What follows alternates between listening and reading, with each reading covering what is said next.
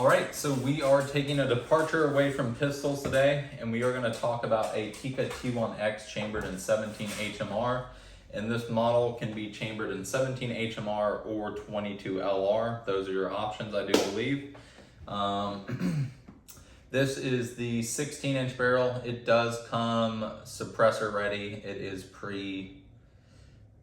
set up to run one. If you're interested in doing so, you would have an incredibly quiet rifle at that point.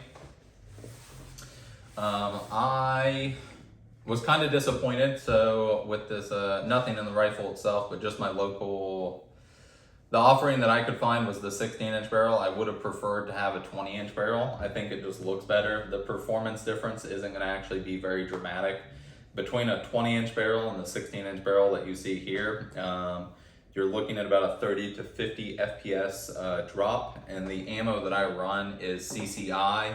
The claimed velocity is 2650. I haven't done any testing to see what it actually runs out of this, but if that's running at 2650, we'll assume that that is an accurate velocity rating from CCI. This would probably run it at 2580 to 2590, somewhere in that range, or 2600 even. So you're still going to have an incredibly flat shooting projectile. 17 HMR is kind of a joy in that regard, because when I shoot at 50 yards out to 100 yards, my outdoor range, those are the distances that I had to choose from. I do want to take this out and shoot at 300 and maybe even do some 400 yards attempts, or see how far you can go basically. Moving from the 50-yard point out to 100 yards, you see almost no difference as far as elevation changes are concerned. If it is windy, you are working with a 17 grain bullet, so that's very light. So you are probably going to get a little bit of push as far as that's concerned, but nothing too crazy. And I really like it for that reason. Whereas dealing with 22 LR can be so finicky with what type of ammo you run and things of that nature.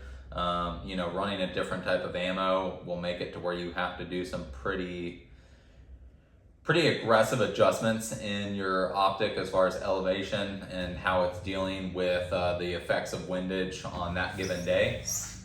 And to me, that's a little bit too annoying. I prefer the attributes of 17 over 22 for that reason, although the 22 is definitely going to be cheaper as far as actually going out and shooting.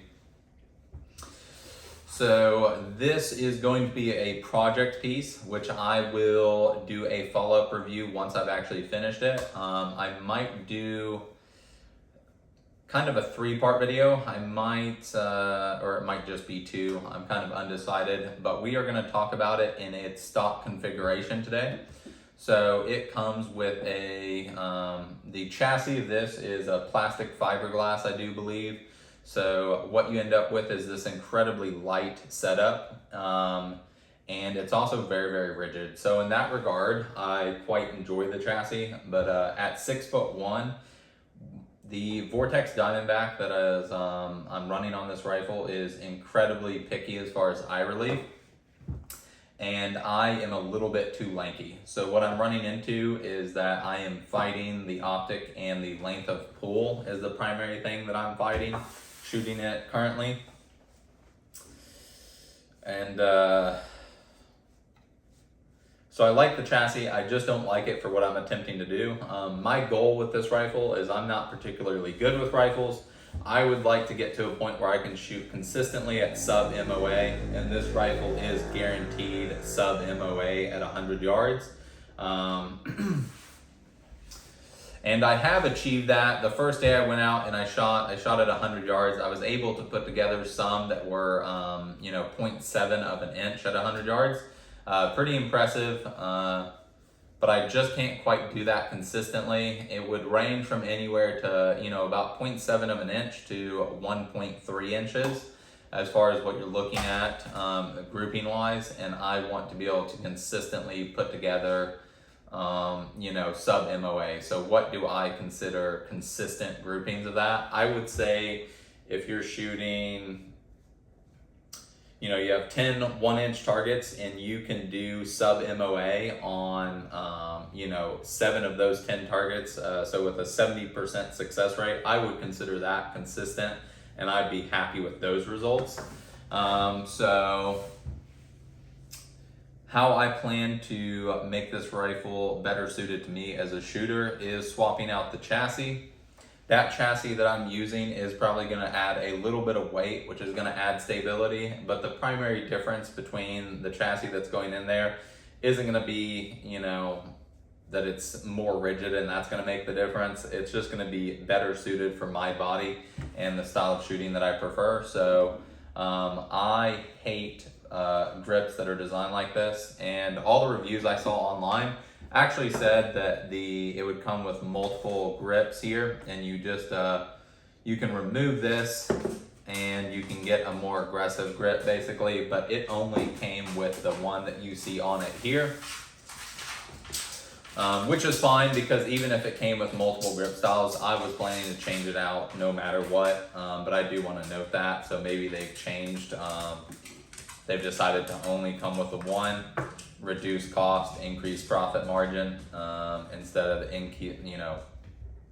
increasing the cost of the rifle or something like that, which I really don't care about because I plan to change it out anyway.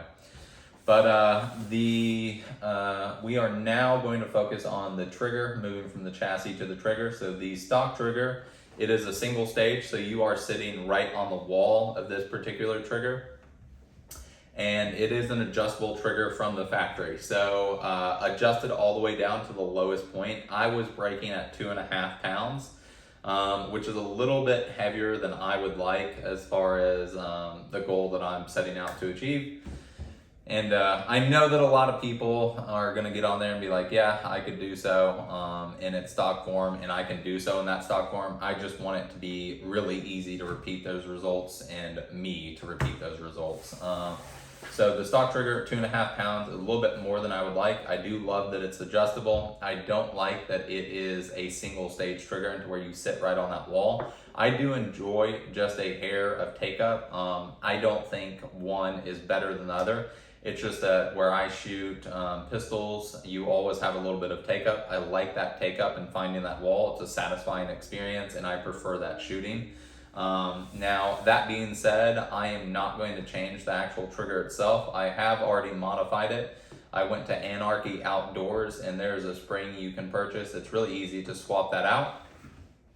And with that swapped out, that trigger is now breaking. The last time I tested it, it was 15.8 ounces. So we are just a hair under a pound. And I would say it averages right around a pound, although I am not going to run an average because being a with rimfire, you don't want to be doing a ton of dry fire. You could run it, potentially damage it or break something doing that. I might give you one trigger pull to show that on camera. I might not. But I did change that out. Now, unfortunately, what I'm running into is when you're slamming the bolt home, you can run and the trigger will actually be dead. So what you're getting is you're getting hammer follow basically, unfortunately. You do have to do it pretty hard, so you have to be really, really racing to have that happen out there, but it's just not safe, and I would like it to run flawlessly basically and be safe no matter how hard you're driving that bolt home. I don't want hammer follow, and also that's going to kill your time if you're trying to run through targets as quickly as possible. Running into that hammer follow is gonna kill you, and it's dangerous. So even though it's currently breaking right at a pound, I'll probably have to adjust it to probably a pound and 4 ounces or a pound and 8 ounces would be my guess, because it doesn't happen very often and you really have to be racing to have that hammer follow occur. But it does occur every once in a while and it will kill your times. And like I said, also quite dangerous. So my first point of focus is going to be swapping out the chassis. I want something that has a more pistol style grip. I'm going to get better control out of that, and I want a longer length of pull. And I'm also going to be trying to achieve slightly, I don't want to add a ton of weight to the rifle, so it's going to be a little bit heavier than the stock chassis that comes with it. And then the Vortex Diamondback Tactical is going to go. I'm probably going to be swapping that out. I want a little bit more magnification, and I can't quite achieve, the eye relief is annoying, but I can actually deal with that. What I'm struggling with is at 100 yards, you either have your reticle is in really good focus or the target is completely out of focus. So you're fighting with that, and when I'm trying to shoot at a 1-inch target and then consistently be nailing 1-inch targets, it's just really, really difficult to achieve that when you don't have that perfect focus. So I will be changing this out. I'm kind of torn between another Vortex or going with something else. I do like the Vortex is really good about standing behind their product, but there are some other products out there that are quite good and I think would achieve what I'm wanting to as far as better focus and more magnification. And then better eye relief is what I'm setting out there. I'm very happy with the trigger at 1 pound and 4 ounces. If I can get it to do a pound and 4 ounces and be able to really be racing as far as maneuvering the bolt, I will be pretty happy with that. It would be really nice to be able to run it safely at 1 pound, but unfortunately that is just not the case. And the magazine you do have, it is a staggered magazine, so it holds 10 rounds. It is polymer, which I don't have any problem with. That is an area that I have seen complaints from other people that own the Tikka t1x. And their complaint is that they actually run into when they're running this, the follower is not sprung tight enough. So what you run into is the follower will actually catch inside the magazine. And I can see how polymer is not going to be as smooth. So you're more likely to run into, that catch with the follower, and then they go to shoot and they're on an empty chamber. I have personally not had any problems with that, and I've put around 800 rounds through it. 200 of the rounds are with the stock trigger, and the other 600 rounds are with the, it's still the stock trigger, I've just modified it to reduce the trigger pull weight and that break point. It's still a single stage trigger. I think that really sums it up as far as what I want to talk about. Incredible levels of accuracy, and I am definitely I'm the part that's holding this back, and that is true with pretty much any rifle or pistol on the market.